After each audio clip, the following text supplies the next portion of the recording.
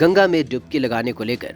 उद्धव ठाकरे ने महाराष्ट्र के deputy CM Eknath Shinde पर साधा निशाना। जी हाँ, महाराष्ट्र के डिप्टी सीएम एकनाथ शिंदे पर निशाना साधते हुए उद्धव ठाकरे कहते हैं कि गंगा में डुबकी लगाने से महाराष्ट्र को धोखा देने का पाप नहीं धुलने वाला। बता दें कि इससे पहले शिंदे ने जहां महाकुंभ में शामिल नहीं होने पर ठाकरे पर कटाक्ष किया था, वहीं अब इसके बाद शिवसेना यूबीटी के अध्यक्ष उद्धव ठाकरे ने महाराष्ट्र के उप मुख्यमंत्री एकनाथ शिंदे को निशाने पर लिया है और कहा कि गंगा में डुबकी लगाने से पाप नहीं धुलता। महाराष्ट्र को धोखा देने का पाप जो उन्होंने किया है वह गंगा में कई बार भी स्नान कर ले, लेकिन वो धुलने वाला नहीं। हालांकि उन्होंने शिंदे का नाम तो नहीं लिया, लेकिन उद्धव ने कहा कि मैं गंगा का सम्मान करता हूं, लेकिन इसमें डुबकी लगाने का क्या फायदा है। यहाँ आप एक तरफ महाराष्ट्र को धोखा देते हैं और फिर जाकर गंगा में डुबकी लगाते हैं, इससे किसी का पाप नहीं धुलने वाला। उद्धव ठाकरे कहते हैं कि गंगा में कई बार भी डुबकी लगा ले, लेकिन विश्वासघाती होने का ठप्पा नहीं मिटने वाला। बता दें कि उन्होंने ये बात मराठी भाषा गौरव दिवस के अवसर पर पार्टी के कार्यक्रम में कही और इस दौरान उन्होंने बीजेपी को भी आड़े हाथों लिया